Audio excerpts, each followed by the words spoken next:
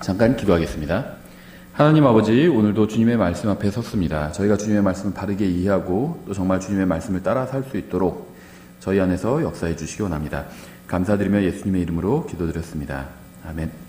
20장부터 보겠습니다. 20장 1절에 주께서 모세에게 말씀하여 이르시되 너는 또 이스라엘 자손에게 말하라. 이스라엘 자손에게 속한 자든지 이스라엘 안에 머무는 타국인에게 속한 자든지 자기 씨 중에서 하나라도 몰렉에게 주거든. 여기서 말한 씨는 아이를 말하는 거죠. 몰렉은 이제 우상을 말하는 겁니다. 몰렉에게 주거든 반드시 그를 죽이되 그 땅의 백성이 그를 돌로 칠 것이요. 가나안 사람들은요, 이 아이를 거짓 신에게 이제 불에 태우는 희생물로 바쳤죠. 그래서 주님께서는 그러한 행위를 사형에 해당하는 죄로 여기셨습니다. 그런데 이러한 법은요, 이스라엘 백성에게 주신 법이라는 사실을 기억해야 돼요. 그래서 특히 계속 반복되지만 레위기 전체의 내용은 직접적으로는 이스라엘 백성에게 주시는 말씀이지 신약의 그리스도인들에게 직접적으로 주시는 말씀은 아니죠. 그래서 저는 예수님의 이름으로 누구도 죽이지 않을 겁니다. 주님의 이름으로 다른 사람을 죽이는 것은 우상숭배자라 할지라도 그것은 잘못된 것이죠. 그러니까 하나님을 섬긴다는 이유로 사람을 죽이는 것은 명백하게 잘못된 겁니다. 우리나라에서는 이런 얘기를 하면요, 뭐 그런 당연한 얘기를 하나 이렇게 생각할지 모르는데요.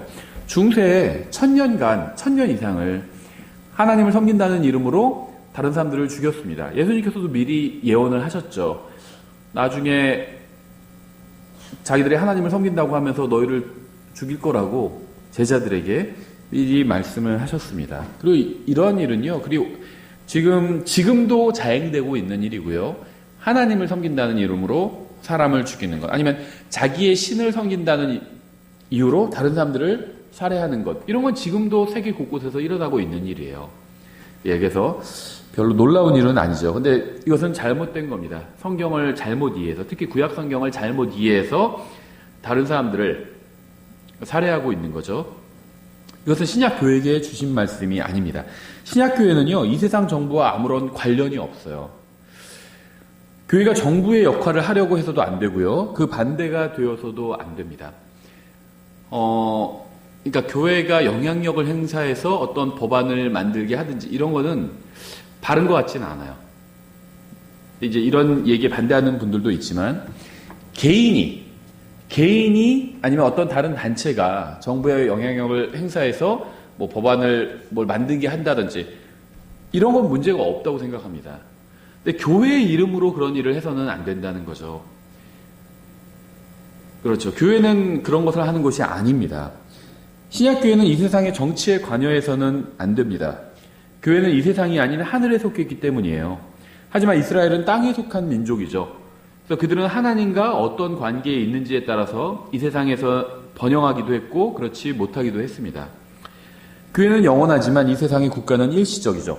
그래서 교회는 영원한 일을 하고요, 국가는 일시적인 일을 하면 됩니다.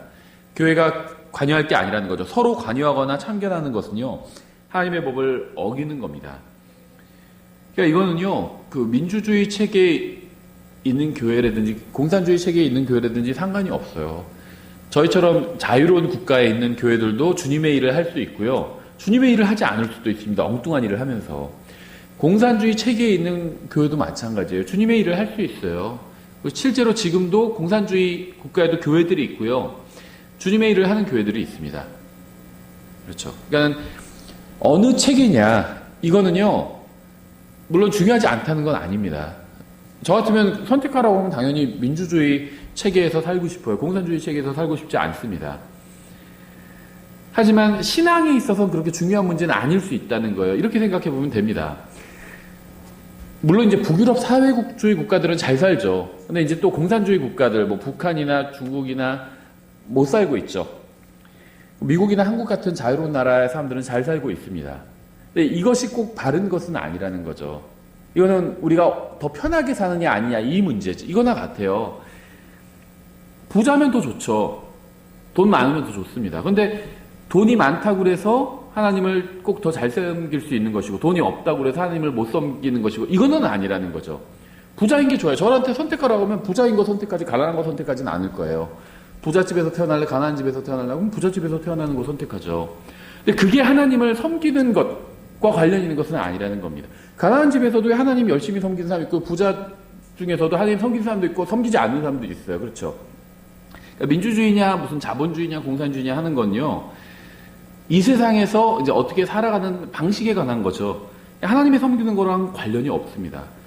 과거 그 로마 제국하에서도 하나님을 열심히 섬겼던 사람들이 있어요. 그래서 이걸 갖다가, 그러니까 자기가 더 이 세상에서 편하게 사는 문제와 관련이 있죠. 민주주의냐, 자본주의냐, 공산주의냐 하는 것은 이 세상에서 편하게 사는 것과 관련이 있어요.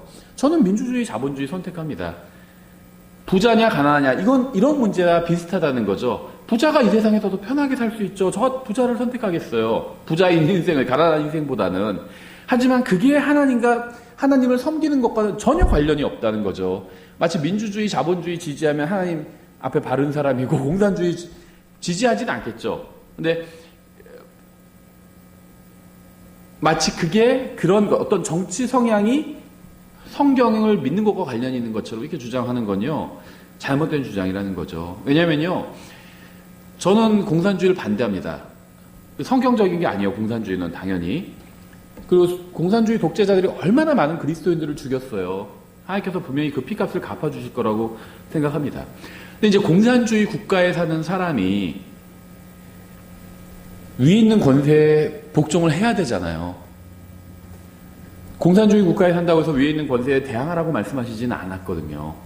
그렇죠? 그러니까는 그 공산주의를 좋아하냐 싫어하냐와 또 자기가 공산주의 국가에 사는 사람들은 이제 위에 있는 권세에 어떻게 할 것이냐는 별개의 문제라는 겁니다. 민주주의, 자본주의 체계에 사는 사람들이 그 눈으로 함부로 판단하기는 또 어려운 문제라는 거예요. 그래서 저는 이런 어떤 체계들이요, 이 세상에서 좀 더 편하게 사는 것과 관련이 있다고 생각합니다. 그리고 이왕이면 이 세상에서 편하게 사는 게 좋죠. 하지만 그것이 하나님을 꼭 잘 섬길 수 있도록 보장해 주는 것은 절대 아니라는 겁니다. 아마 그리스도의 심판석에서 밝혀질 거예요. 북한보다 우리나라가 훨씬 좋죠. 훨씬 잘 사는 나라고. 둘 중에 고른다면 당연히 우린 대한민국을 선택합니다. 북한 선택하지 않아요, 저는. 하지만 그리스도의 심판석에서 얼마나 많은 그리스도인들이 상급을 받을지는, 북한에 살았던 그리스도인들과 지금 대한민국에 사는 그리스도인들 중에 누가 더 상급을 많이 받을지는 그건 또 별개의 문제라는 겁니다. 그렇죠? 예, 그래서요, 너무 과도하게 저는 그리스도인이 정치적인 거에 몰입될 필요가 전혀 없다고 생각합니다. 우리는 영원을 추구하는 사람들이에요, 영원을. 대한민국은 영원하지 않습니다. 미국도 영원하지 않아요. 이 세상 왕국들은, 국가들은 영원하지 않습니다. 우리가 속한 국가, 하나님의 왕국이잖아요. 이건 영원합니다. 우리는 영원한 것을 위해서 살아야 돼요. 교회가 국가의 일에 관여해야 한다고 주장하는 교회의 문제점은요, 회원들이 성경을 읽지 않고 설교자는 성경을 가르치지 않는다는 겁니다.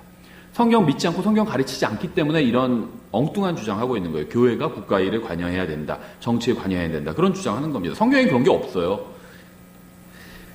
그들의 관심사는요, 하나님의 말씀에 있지 않기 때문에 그들은 성경의 진리에 무관심한 겁니다. 교회가 국가의 일에 관여해야 한다고 생각하는 이유는요, 신약의 교회가 구약의 이스라엘을 계승했다고 믿기 때문이에요. 그래서 이러한 사람들은요, 레위기를 보면서 낙태를 시행하는 산부인과 의사를 죽이려고 한다든지, 우리나라 같은 국가에서는 그러지 않지만요, 다른 무슨 국가에서는 그런 경우들이 있다는 건, 무슬림 국가에서는 다른 사람을 죽이고 박해하고 그래야 그것이 하나님의 말씀을 실행하는 것이라고 생각하는 사람들이 있다는 거죠. 낙태, 동성연애 이런 거 반대합니다. 저도 당연히. 근데 그걸 반대하기 위해서 밖에서 시위를 하거나 이러지는 않는다는 거죠. 그럴 필요가 전혀 없다는 겁니다. 왜냐면요, 낙태가 큰 죄죠. 하나님 앞에서. 아이를 죽이는 죄입니다. 낙태는. 동성연애도 큰 죄예요. 거짓말은 어떨까요? 거짓말도 큰 죄입니다. 계시록에서 불호수에 던져지는 죄들 열거낸 걸 쭉 보면요, 동성애자들이 있어요. 마술하는 사람들, 마법사들이 있습니다. 거짓말하는 사람들도 있어요. 그러니까 하나님 앞에서는 동성연애 큰 죄예요. 동성연애나 마술이나 거짓말이나 똑같은 죄라는 겁니다. 그런데 동성연애는 막 반대하면서 왜 거짓말은 반대하지 않나요? 저는 이상하더라고요. 이게 일종의 어떤 그 선정주의, 센세이셔널리즘이 한국 기독교회를 덮어버렸고요. 불행하게도 이게 킹제임 성경 진영까지 침범해 버렸어요. 그래서 봐라, 그 동성연애를 반대하는 게 우파 세력이니까 그리스도인들은 우파를 지지해야 된다, 이렇게 주장합니다. 그 사람들 동성연애 반대하지만 거짓말은 밥 먹듯이 하잖아요. 지지할 수 없다는 겁니다. 그래서 동성연애를 반대한다고 그래서 그걸 반대하는 정치인을 지지하지 않는다는 거예요. 동성연애의 죄는 그 사람 짓지 않겠지만 다른 죄는 많이 짓잖아요. 거기에 왜 동참을 해요, 우리가? 그렇죠. 예, 그래서 그리스도인은요, 하나님 말씀 전하면 되는 거예요. 진리 전하면 되는 것이고요. 어떤 특정한 죄 하나만 부각시켜서 그것만 반대할 이유는 없다는 겁니다. 우린 동성연애도 반대하고요, 거짓말도 반대해요. 예, 둘 다 잘못된 겁니다. 하나님 앞에서 둘 다 가증한 죄고요. 그렇죠? 진리의 말씀을 바르게 나누지 못하면요, 지상에 속한 이스라엘과 하늘에 속한 교회를 구분하지 못하고요, 정부에 대항해서 데모를 하거나 동성연애자들을 핍박하면서 자신이 성경대로 하고 있다고 착각하기도 합니다. 결국 이러한 짓을 통해서는요, 복음을 전하거나 진리를 선포하기는커녕 오히려 불신자들이 성경과 더 멀어지게만 할 뿐입니다. 과거의 로마 카톨릭은요, 무력으로 예루살렘을 탈환하고요, 무슬림들을 죽이면 하나님의 왕국이 임한다고 생각했습니다. 왕을 바꾸고요, 왕을 끌어내리고요, 그러면 하나님의 왕국이 임한다고 생각했던 거예요. 신약과 구약을 구분하지 못하고 교회와 이스라엘을 구분하지 못해서 수많은 사람들이 살해를 당하고요, 사악한 일에 참여했다는 것은 이건 정말 비극이 아닐 수가 없죠. 이들은 십자군이라는 이름으로 이런 만행을 저질렀어요. 아이들 죽이고 아이들 끌고 가서 노예로 삼고요, 여자들 죽이고 강간하고 남의 재산 다 빼앗고, 십자군이라는 이름으로 이런 짓을 한 겁니다. 그래서 성경에 무지한 많은 사람들이요, 이들이 그리스도인이라고 생각했어요. 십자군이라고 이름을 하니까 그리스도인이라고 생각했고요. 그 결과 사람들은 성경과 더 멀어지게 된 겁니다. 우리는 우리나라가 정교 분리의 원칙 아래 세워졌음에 감사해야 됩니다. 우리나라는요, 가톨릭이나 개신교의 기초에 세워지지 않았어요. 무슨 불교나 도교나 이런 거에 기초에 세워져도 안 되죠. 가톨릭의 기초에 세워져도 안 되고, 개신교의 기초에 세워져도 안 됩니다. 침례교의 기초에 세워져도 안 돼요. 만약 그랬더라면 수많은 사람들이 마녀나 이단으로 몰려 제거됐을 거예요. 물론 이제 침례교는 단단을 박해하지는 않았죠. 제 말은 이걸 강요하면 안 된다는 겁니다. 침례교가 바른 교회죠. 강요하면 안 된다는 거예요. 침례교는 여태까지 강요한 적은 없죠. 근데 카톨릭은 말할 것도 없고요, 개신교도 강요한 적이 있어요. 그래서 마녀로 몰아서 많은 사람들을 죽였습니다. 이거를 잘 다루고 있는 소설이 그 나다나엘 호손의 그 주홍 글자죠. 주홍 글자. 옛날에 번역을 잘못해서 주홍 글씨라고 했는데 지금은 주홍 글자라고 이렇게 바르게 번역이 나와요. 스칼렛 레터 A, 주홍 글자. 이게 마녀 재판을 다루는 소설이거든요. 개신교도들이 마녀 재판 해버린 거예요. 개신교의 기초 위에 우리나라가 세워졌다면요, 마녀 재판 했을 겁니다. 많은 사람들 잡아 죽였을 거예요. 실제로 많은 성경대로 믿는 사람들이 박해를 받았어요. 이 개신교의 마녀 재판에서. 예, 카톨릭은 뭐 말할 것도 없고요. 수많은 사람들을 마녀라고 몰아서 사람들을 죽였죠. 특히 성경대로 믿는 사람들을 살해했죠. 예, 3절. 나도 그 사람을 향해 내 얼굴을 고정하고 그를 그의 백성 가운데서 끊으리니 이는 그가 자기 씨 중에서 몰렉에게 주어 내 성소를 더럽히고 내 거룩한 이름을 욕되게 하였기 때문이니라. 그가 자기 씨 중에서 몰렉에게 줄 때 그 땅의 백성이 어떤 식으로든 그 사람을 눈 감아주고 그를 죽이지 아니하면 내가 그 사람과 그의 가족을 향해 내 얼굴을 고정하고 또 그와 그를 따라 음행의 길로 가며 몰렉과 행음하는 모든 자를 그들의 백성 가운데서 끊으리라. 한 가지 분명한 점은요, 이 말씀은 이스라엘 백성에게 주신 것이라는 사실입니다. 우리는 이 말씀을 통해서 영적 교훈을 얻을 수가 있어요. 하지만 이 말씀은 교회에게 직접적으로 주신 것은 아닙니다. 우상 숭배하고요, 자녀를 살해한 사람들을 가서 우리가 죽이라는 말씀은 아니라는 거죠. 그건 이스라엘 백성에게 주신 말씀이죠. 우리에게 직접적으로 주신 말씀은 아니라는 거예요. 그래서 우리는 레위기를 공부할 때 이런 점 절대 잊어서는 안 됩니다. 6절, 부리는 영들을 지닌 자와 마술사를 따라 돌이켜서. 부리는 영들이요, 점치는 사람 말하는 거예요. 그래서 뭐 우리나라식으로 하면은 뭐 전쟁이들 장군 귀신이라고 하는, 하여튼 장군신을 섬기는 사람, 뭐 동자신을 섬기는 사람 있잖아요. 그래서 뭐 동자신이 자기에 이렇게 말했다고 그러면서 점치고 그러잖아요. 부리는 영들, 이것과 거의 같다고 보시면 됩니다. 부리는 영들을 지닌 자와 마술사를 따라 돌이켜서 음행의 길로 가는 혼에게는 내가 그 혼을 향해 내 얼굴을 고정하고 그를 그의 백성 가운데서 끊으리라. 하나님께서 우리가 마술사를 처단하라고 말씀하지 않으셨습니다. 주님께서 친히 처단하실 거예요. 누가 마술하고 있다, 점치고 있다. 그런 데 가서 우리가 막 상 엎어버리고 불 지르고 그럴 필요가 없다는 겁니다. 하나님께서 심판하실 거예요. 우리가 할 일은 아니라는 거죠. 다만 우리가 이런 말씀을 통해서요, 하나님께서 그들을, 그런 행위를 미워하신다는 걸 우리가 알 수 있는 거죠. 7절. 그러므로 너희는 너희 자신을 거룩히 구별하여 거룩할지니 나는 주 너희 하나님이니라. 너희는 내 법규를 지키고 행하라. 나는 너희를 거룩히 구별하는 주니라. 자기 아버지나 어머니를 저주하는 자는 다 반드시 죽일지니 그가 자기 아버지나 어머니를 저주하였은즉 그의 피가 그에게 돌아가리라. 이 비슷한 말씀이 앞에서도 있었고요. 다시 반복되고 있죠. 항상 하나님과의 관계가 먼저고요. 그 다음에 다른 사람과의 관계가 따라옵니다. 먼저 주님 앞에서 거룩해야 됩니다. 거룩한 사람은 아버지나 어머니를 저주하지 않습니다. 주님과의 관계에 문제가 생기면요, 다른 사람과의 관계도 문제가 생겨요. 주님 앞에서 자신을 구별해서 거룩하라는 말씀은요, 현대사회의 모든 문제를 해결해 주죠. 이 말씀에 순종하면요, 모든 범죄가 즉시 사라질 것이고요. 마약 문제, 학교 폭력 문제, 가정 폭력 문제 다 사라질 겁니다. 주님 앞에서 거룩한 사람은 이런 죄를 짓지 않아요. 그렇죠? 10절. 다른 남자의 아내와 간음하는 남자, 곧 자기 이웃의 아내와 간음하는 자가 있을 경우 그 간음한 자와 간음한 여자를 반드시 죽일지니라. 요한복음에서 간음하다 걸린 여자가 있죠. 8장인가요? 여자만 끌고 왔잖아요. 잘못한 거죠. 간음한 남자 여자를 끌고 오라고 했는데 현장에서 잡혔다고 하면서 여자만 끌고 왔어요. 그렇죠. 현장에서 잡혔으면은 남자도 있을 거 아니에요. 둘 다 끌고 왔어야죠. 이거는 덫을 뭔가 놓은 듯한 그런 느낌이 들죠. 요한복음 사건은 소위 문명화된 국가나 선진국의 수많은 남자 여자가요, 이 말씀으로 인해서 정죄를 받을 겁니다. 요즘은 간음을 사랑이라고 불러요. 그렇죠. 간통죄가 폐지된 이유가요, 사랑을 처벌할 수 없다 해서 폐지된 거예요. 삐뚤어진 사랑이지만 사랑이기 때문에 처벌할 수 없다는 거예요. 폐지됐어요. 우리나라 간통죄 없잖아요. 더 이상 민사상 손해배상 책임은 있을지 몰라도요, 감옥에 가지는 않는다는 거죠. 그런데요, 이 명칭을 바꾼다고 해서 사실이 달라지진 않죠. 무엇이라고 부르든 간음은 간음일 뿐이고요, 사형에 해당하는 죄라는 사실은 변하지가 않습니다. 인간이 무엇이라고 변명하든 간에요, 자기 마음대로 남편이나 아내를 바꾸는 것도 주님 앞에서는 그저 가증한 행위일 뿐이에요. 여러 가지 이유를 들면서 남편 바꾸고 아내 바꿔요. 교회에서도 일어납니다. 특히 이민교회에서 많이 일어난다고 그러더라고요. 그 이민교회 하시는 목사님의 얘기를 들어보면요, 이민교회에서 많이 일어난대요. 이민사에서 이제 미국은 우리나라보다 더 이혼이 관대하잖아요. 훨씬 많이 하고 관대해요, 사회적으로. 그러다 보니까 교회에서도 부추기는 경우가 많대요. 남편이 교회 안 나와요. 그 조금 핍박을 해요, 예를 들면. 근데 이제 핍박을 하는데 다 이유가 있어요. 부인이 교회 와서 아예 살아요. 그러니까 남편이 싫어하겠죠, 당연히. 집안일도 안 하고 교회 와서 사니까 싫어하죠. 그리고 헌금도 막 자기 마음대로 많이 해버리고, 남편과 상의해야 돼요. 남편이 교회 안 나오는 경우에는 남편과 상의해야 됩니다. 자기가 허용된 범위 안에서 헌금을 해야죠. 특히 자기가 돈을 벌면은 또 다른 문제겠지만, 남편이 돈을 버는데 교회는 안 나와요.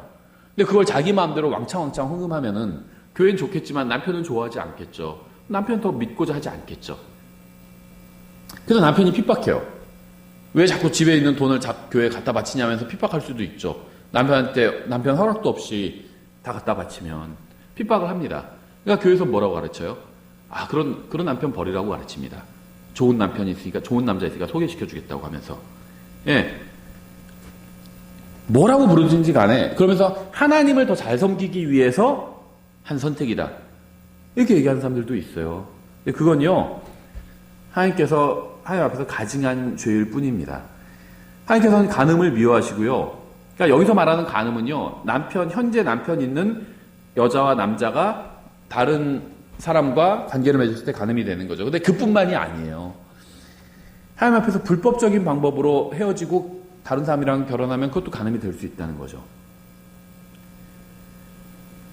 우리가 다른 사람이 어떻게 헤어졌는지 그걸 다 따질 수는 없겠죠. 이거는 신약 교회들에서는요, 자기 자신을 이 말씀을 통해서 되돌아봐야 돼요.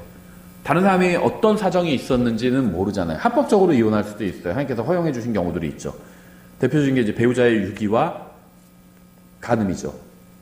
배우자가 부정한 짓을 저지르면 합법적으로 헤어질 수 있어요, 성경적으로. 그게 잘하는 거라는 게 아니라 그냥 하나님께서 봐주신다는 겁니다. 그건 이해를 해주신다는 거죠. 그 다음에 배우자의 유기, 이건 뭐 당해낼 재간이 없죠. 도망가 버려요. 그걸 어떻게 당해요? 합법적으로 헤어지는 방법이죠. 그 외에는 아니라는 거죠. 남편이 핍박하기 때문에 헤어져야겠어요. 이거는 합법적으로 헤어지는 게 아닙니다. 그렇죠. 간음에 대한 사람들의 기준이 무너진 이유는요, 소설과 TV와 영화, 인터넷과 세상 교육의 영향 때문입니다. 이러한 것들로부터 우리를 지켜주는 것은 하나님의 말씀밖에 없죠.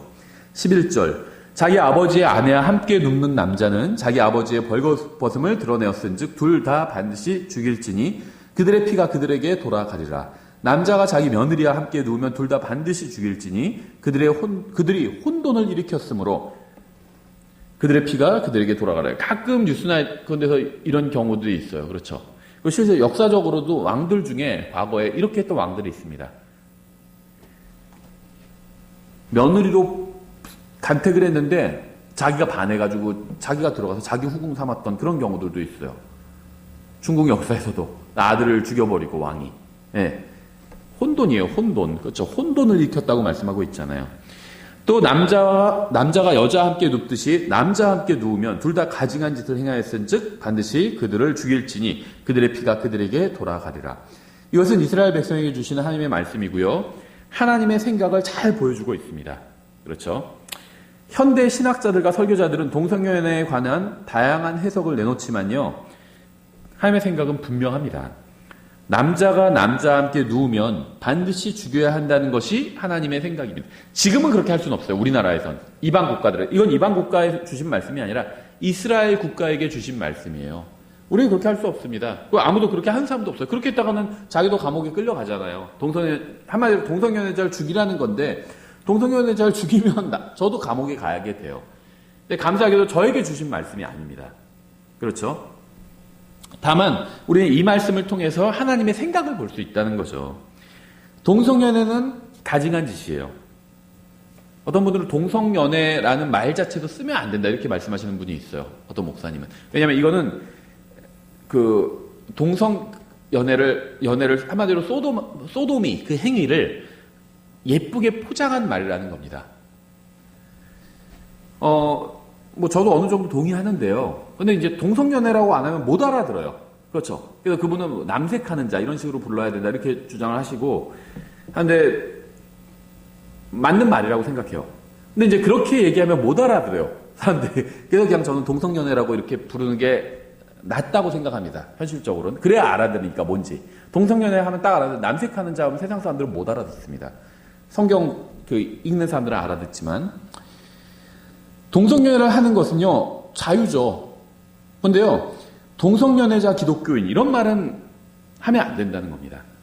동성연애, 서울에서 동성연애 무슨 축제 같은 거 하면요, 부스들을 만들고 거기서 막 이제 자기네 동성연애 단체들이 와서 막 홍보해요, 사람들에게. 우리 전도하는 것처럼 홍보해요. 동성연애 관련된 팜플렛도 나와주면서 이거 즐거운 행위입니다 하면서 막 아름다운 행위고 서로 뭐 이해해야 됩니다 하면서 홍보해요, 자기네들. 근데 그 중엔요, 교회도 있어요. 그래서 목사들이 뭐 가운 같은 거 입는 사람들 있잖아요, 목사들 중에. 무지개로 된 이런 가운 같은 거 입고 나와가지고 홍보합니다, 같이. 동성연애가 그렇게 나쁜 건 아닙니다. 하나님께서 동성연애 잘못됐다고 말씀하신 적이 없습니다. 이런 식으로 홍보해요. 그러면 대부분은 성경을 잘 모르잖아요. 그러니까, 아, 그래? 성경에 그게 나쁜 거라고 안 했는데 기독교인들이 괜히 그러는 거구나, 이렇게 생각해요. 성경에 분명히 되어 있잖아요. 그런데 이런 말씀을, 레위기 말씀을 보여주면요, 그거는 그 어떤 특정한 상황에서 그런 거고 지금은 달라졌어요. 또 이렇게 가르쳐요.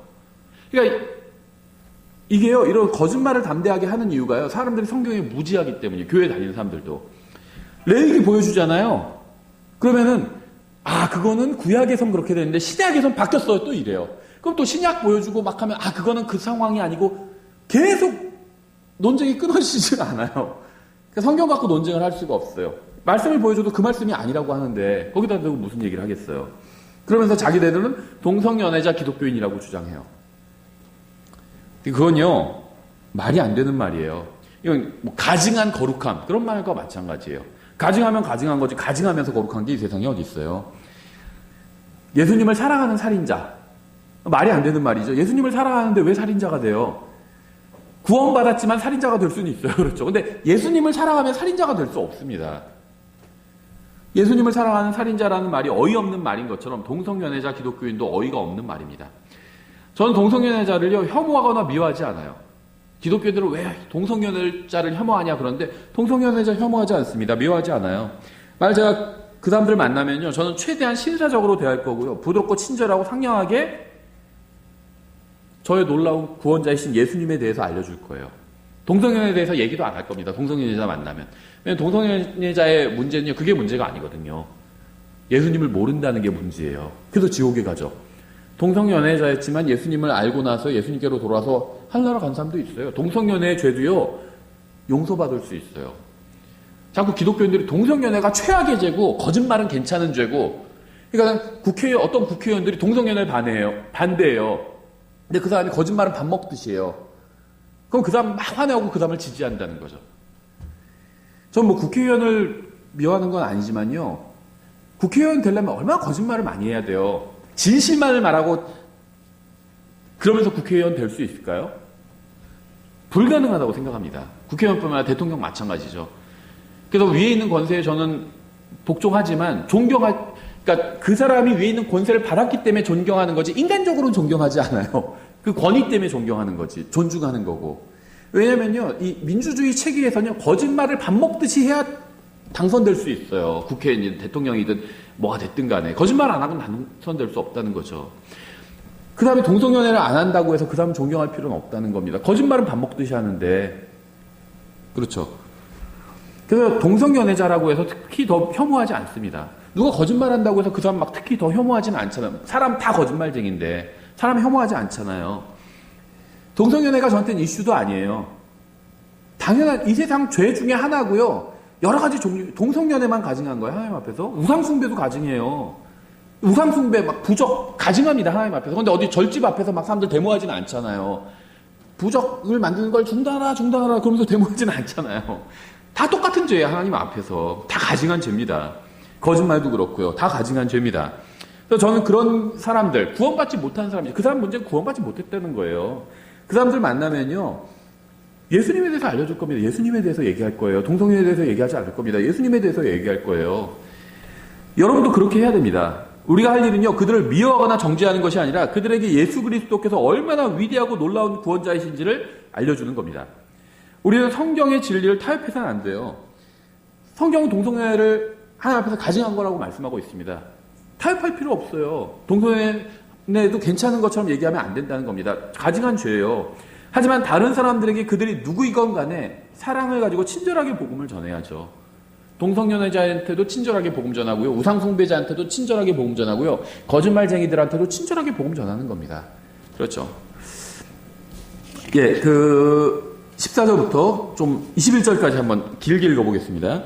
남자가 아내와 그녀의 어머니를 취하면 그것은 사악함인즉 그와 그들을 함께 불로 태울지니 이것은 너희 가운데 사악함이 없게 하려 함이니라. 남자가 짐승과 함께 누우면 반드시 그를 죽이고 너희는 그 짐승도 죽일 것이며. 왜 가나안에 들어가서 짐승까지도 싹 다 죽이라고 명령하셨는지 알 수 있겠죠. 여자가 어떤 짐승에게 다가가서 그것을 향해 눕거든 너는 그 여자와 그 짐승을 죽이되 그들을 반드시 죽일지니 그들의 피가 그들에게 돌아가리라. 남자가 자기 누이 곧 자기 아버지의 딸이나 어머니의 딸을 취하여 그녀의 벌거벗음을 보고 그녀가 그의 벌거벗음을 보면 그것은 사악한 일이니라. 그들이 자기 백성의 눈앞에서 끊어지리니 그가 자기 누이의 벌거벗음을 드러내었은즉 자기 불법을 담당하리라. 남자가 생리 중에 있는 여자와 함께 누워 그녀의 벌거벗음을 드러내면 그는 그녀의 근원을 드러내었고 그 여인은 자기의 그 피근원을 드러내었은즉 둘 다 자기들의 백성 가운데서 끊어지리라. 넌 내 이모나 고모의 벌거벗음을 드러내지 말라. 그는 자기의 가까운 친족을 벌거벗기느니라. 그들이 자기 불법을 담당하리라. 남자가 자기 숙모와 함께 누우면 그가 자기 삼촌의 벌거벗음을 드러내었은즉 그들이 자기 죄를 담당하여 자식이 없이 죽으리라. 남자가 자기 형제의 아내를 취하면 그것은 부정한 일이니라. 그가 자기 형제의 벌거벗음을 드러내었은즉 그들이 자식이 없으리라. 말씀하신 그대로입니다. 이 말씀을 다른 식으로 해석할 여지가 없죠. 그냥 읽고 그대로 이해하면 됩니다. 성경은 분명하게 동성연애와 수간과 근친상간에 관해서 경고하고 있습니다. 이러한 말씀은 직접적으로는 이스라엘 백성에게 주시는 것이고요. 그러니까 뭐냐면 죽이라, 불로 태우라. 이건 이스라엘에게 주신 말씀이라는 거죠. 이스라엘 국가에서는 이러한 죄를 지은 사람들을 사형에 처해야만 했습니다. 그렇죠? 이 말씀은 교회에게 직접적으로 주시는 말씀은 아니에요. 하지만 하나님의 생각을 잘 보여주고 있다는 거죠. 22절. 그러므로 너희는 내 모든 규례와 내 모든 판단의 법도를 지켜 행하라. 그리하여 내가 너희를 데려다가 거하게 하는 그 땅이 너희를 토해내지 아니하리라. 너희는 내가 너희 앞에서 쫓아내는 민족의 풍습대로 걷지 말라. 이 민족의 풍습이 뭘까요? 가나안 민족의 풍습이 뭐였을까요? 앞에서 지금 열거된 것들이에요. 그런 죄들이에요. 그들이 이 모든 일을 행하였으므로, 그렇게 얘기하고 있죠. 그들이 이 모든 일을 행하였으므로 내가 그들을 몹시 싫어하였느니라. 그냥 하나님께서 미워하신 게 아니에요. 이스라엘은 그냥 예뻐하고 가나안 민족은 그냥 미워하시고, 그게 아니라는 거예요. 이유가 있다는 겁니다. 이유가 있어요. 그렇죠? 나쁜 짓만 하는 사람을 미워하는 거는 당연한 거죠. 여기서 다시 하나님께서 왜 이스라엘 백성을 통해서 가나안인들을 심판하셨는지 그 이유가 나오는 거죠. 그들은 간음과 동성연애와 수간과 근친상간 등을 했습니다. 그들은 자기들의 아기를 우상에게 바치며 죽였어요. 아기를 살해했어요. 그래서 하나님께서는 그들을 심판하셨고요. 이스라엘 백성이 나중에 동일한 죄에 빠졌을 때는 다른 민족을 통해서 또 그들을 심판하셨습니다. 그렇죠? 24절부터 끝까지. 그러나 내가 전에 너희에게 이르기를 너희가 그들의 땅을 상속하리라. 내가 그 땅 곧 젖과 꿀이 흐르는 땅을 너희에게 주어 소유로 삼게 하리라 하였나니 나는 너희를 다른 백성들로부터 구별한 주 너희 하나님이니라. 그러므로 너희는 정결한 짐승과 부정한 짐승, 부정한 날짐승과 정결한 날짐승 사이에 구별을 두고 내가 부정한 것으로 여겨 너희로부터 분리시킨 짐승이나 날짐승이나 땅에서 기는 그 어떤 생물로 인하여 너희 혼을 가증한 것으로 만들지 말지니라. 나 주는 거룩하며 또 내가 너희를 내 소유로 삼으려고 다른 백성으로부터 구별하였으니 너희는 내게 거룩할지니라. 또한 부리는 영을 지닌 남자나 혹은 여자 혹은 마술사인 자는 반드시 죽일지니라. 그들을 돌로 칠지니 그들의 피가 그들에게 돌아가리라. 하나님께서는 이스라엘 백성에게 분명한 기준을 주셨습니다. 어떤 말씀도 오해할 만한 부분이 있거나 애매하지 않아요. 너무 분명해요. 그렇죠. 필요한 것은 주님의 말씀을 그대로 주님의 말씀에 순종하고자 하는 마음이 필요한 거죠.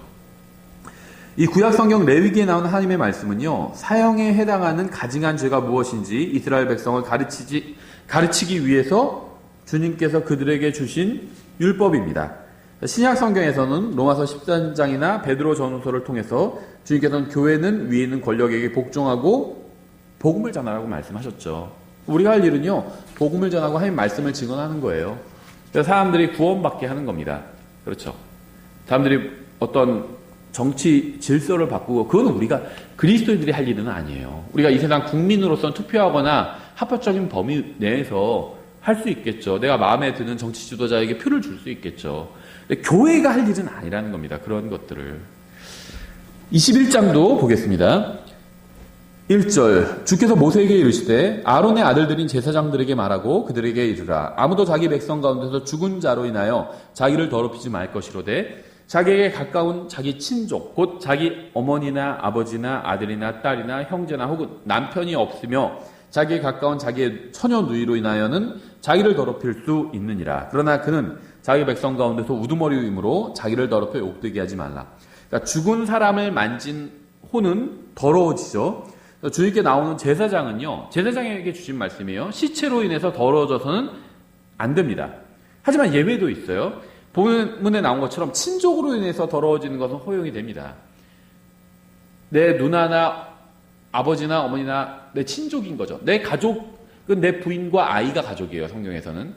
그 외에는 내 누나, 형, 동생, 어머니 이런 사람들은 다 친족입니다. 친족. 친족이라고 표현하고 있죠.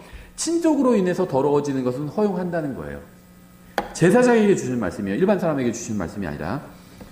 5절 그들은 머리를 대머리로 만들지 말고 수염 끝을 깎지 말며 살을 베지 말고.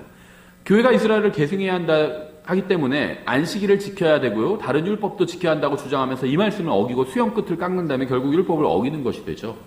율법을 지킬 수가 없어요. 이방인들이. 수염 깎지 말라고 그랬잖아요. 그렇죠.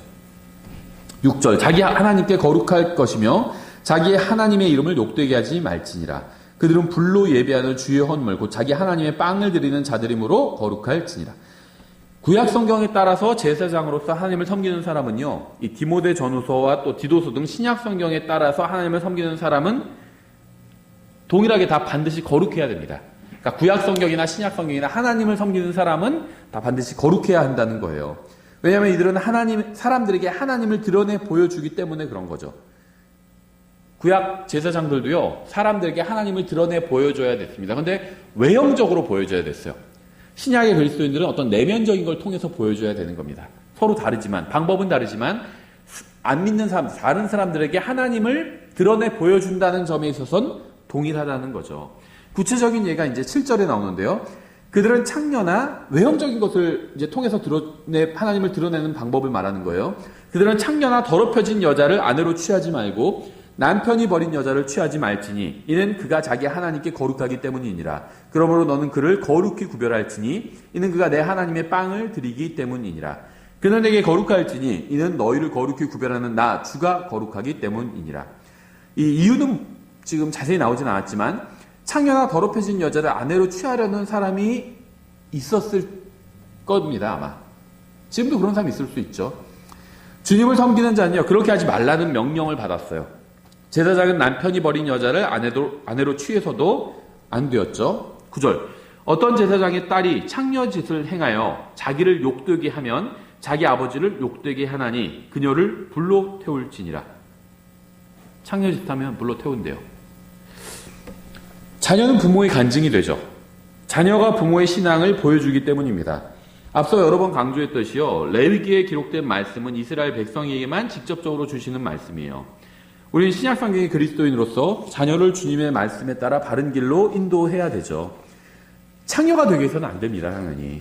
하지만 창녀가 되었다고 해서 불로 태워서는 안 되죠. 신약의 그리스도인들은. 창녀가 된 자녀를 불로 태우라는 말씀은 주님께서 신성국가 체계에 이스라엘 민족에게 하신 말씀이었습니다. 우리 이 말씀을 통해서도 창녀짓이 사형에 해당하는 죄라고 주님께서 생각하신다는 사실을 알 수 있죠.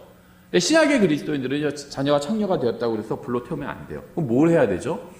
자녀를 위해서 기도해야 되죠. 하나님의 말씀을 다시 가르쳐 줘야 되겠죠. 최대한 영향력을 끼쳐서 가르쳐 줘야 되겠죠. 근데 이미 성인이 되어서 그러면 이제 더 이상 어쩔 수는 없어요. 그거는 부모의 책임은 아니거든요. 이미 성인이 돼버리면, 그러니까 부모가 더 이상 할 수 있는 건 없습니다. 어렸을 때부터 하나님의 말씀을 잘 가르쳤어요. 그런데도 창녀가 되고 그렇게 돼버렸다. 그건 부모의 책임은 아니에요. 다른 사람들은 손가락질하고 비난하겠죠. 욕하겠죠. 하지만 부모의 책임은 아닙니다. 근데 하나님 말씀 하나도 안 가르쳤어요. 세상에서 막 살다가 막 창녀가 되고 그렇게 돼버렸어요. 그건 그 부모가 책임이 있는 겁니다. 하나님 말씀을 잘 가르쳤어요. 그런데도 잘못됐다, 자녀가. 그럼 부모의 책임은 없는 겁니다. 그럼 뭘 해야 될까요? 기도하는 것뿐이 할 게 없죠. 그러니까 이게 거꾸로 돼서 많은 분들이 고민하고요. 많은 분들이 상담을 이제 하시는 분들이 있는데요. 자녀로 인해서 상담을 하는데 얘기를 들으면 자녀가 이미 커요. 30살, 40살 막 이렇게 돼버렸어요. 아니면 25살. 어떻게 해야 될까요? 어떻게 할 수가 없어요. 이미 다 성인이 됐는데 뭘 어떻게 해요? 기도하는 것뿐이 없죠. 정말. 물리력을 어떤 강제할 수가 없어요. 어릴 때, 유치원 때, 초등학생 때, 중학생 때, 그럴 때 바로 잡았어야죠. 그게 지나면 바로 잡을 수가 없어요. 기도하는 것뿐이 없습니다, 정말. 어릴 때도 자녀를 위해서 기도해야 되겠죠. 근데 기도 플러스 바로 잡을 수가 있습니다. 매를 때릴 수도 있고요. 용돈을 안 줄 수도 있고요. 징계를 할 수도 있고요. 바로 잡을 수가 있어요. 근데 크면은 바로 잡을 수가 없습니다. 크기 전에 바로 잡아야 된다는 거죠. 항상 기회가 있는 건 아니라는 겁니다. 기회가 있을 때 바로 잡아야 되는 거죠.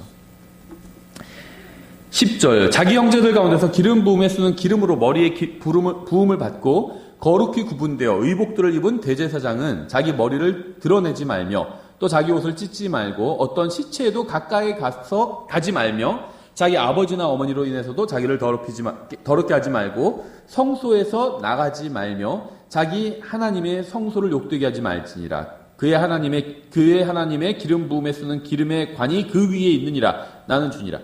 무슨 말이냐면요. 처음에 말했던 것처럼 시체를 만지면 만진 사람도 더러워지죠. 근데 제사장의 경우에는 친족으로 인해서는 봐준다고 그랬죠. 하나님께서 허용이 되는 겁니다. 그렇죠. 근데 여기서 이제 다시 제사장에 관한 말씀을 하고 있는데요. 대제사장에 관한 말씀을 하고 있죠. 또 대제사장의 직무를 행하는 사람에 관한 말씀을 하고 있는데요. 이 10장에서 주님께서는 거룩한 곳에서 이상한 불을 들인 죄로 인해서 아론의 아들들인 나답과 아비후를 죽이셨죠.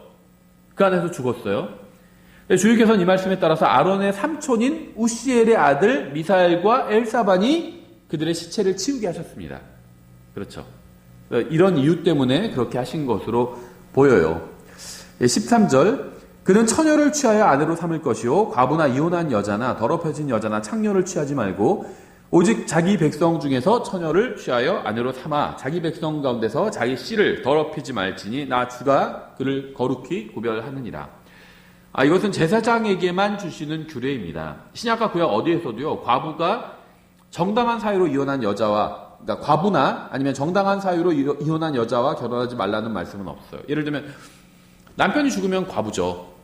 결혼할 수 있어요. 과부가 결혼할 수 있습니다. 신약에서도 허용하고 있고 구약에서도 허용하고 있어요.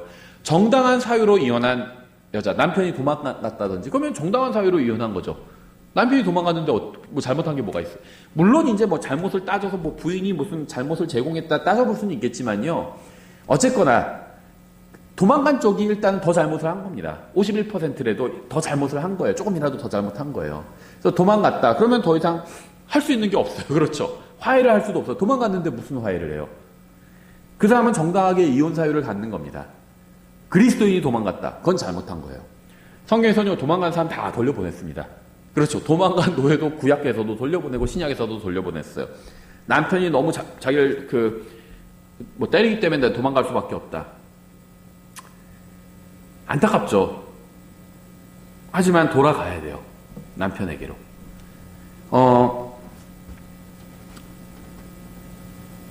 제사장은 과부나 이혼한 여자, 정당하게 이혼했다 할지라도 이혼한 여자와 결혼하면 안 됩니다. 그런데 제사장이 아닌 다른 사람은요, 결혼해도 돼요. 과부나 이혼한 사람이랑 결혼해도 됩니다. 그건 잘못된 게 아니에요. 대표적인 경우가 보아스를 들 수 있죠. 보아스는 제사장이 아니었습니다. 그래서 롯은 과부였잖아요. 과부와 결혼했습니다. 정당하게 성경적으로 결혼한 거예요. 전혀 문제 없습니다. 이 말씀을 통해서 우리가 분명하게 알 수 있는 사실은요, 하나님께서 제사장에게 결혼하라고 말씀하셨다는 거예요. 그렇죠. 결혼하라고 말씀하셨습니다. 제사장에게. 제사장은 반드시 결혼해야 됩니다. 영어로는 프리스트죠. 프리스트. 성경에는요, 결혼하지 않은 제사장은 없어요. 제사장은 다 결혼했습니다. 결혼해야 제사장 직분이 계속 유지가 되죠. 이 혈통을 따라서 제사장 직분은 유지가 되잖아요. 아론의 자손들에게 물려봐 주잖아요. 제사장 직분은. 결혼을 해야지 자손이 생기고 물려주죠. 제사장은 반드시 결혼해야 돼요. 주님께서 이렇게 분명하게 말씀하셨는데도 오히려 제사장은 결혼하면 안 된다. 프리스트는 결혼하면 안 된다. 이렇게 생각하는 사람들이 있죠. 디모데전서 4장 1절에 나오죠. 이제 성령께서 분명히 말씀하시기를 마지막 때 어떤 사람들이 믿음에서 떠나 유혹하는 영들과 마귀들의 교리들의 주의를 기울이리라 하시는데 이들은 위선으로 거짓말을 하며 자기 양심을 뜨거운 인두로 지진 자들이라. 화인 맞았다고 그러죠, 우리가.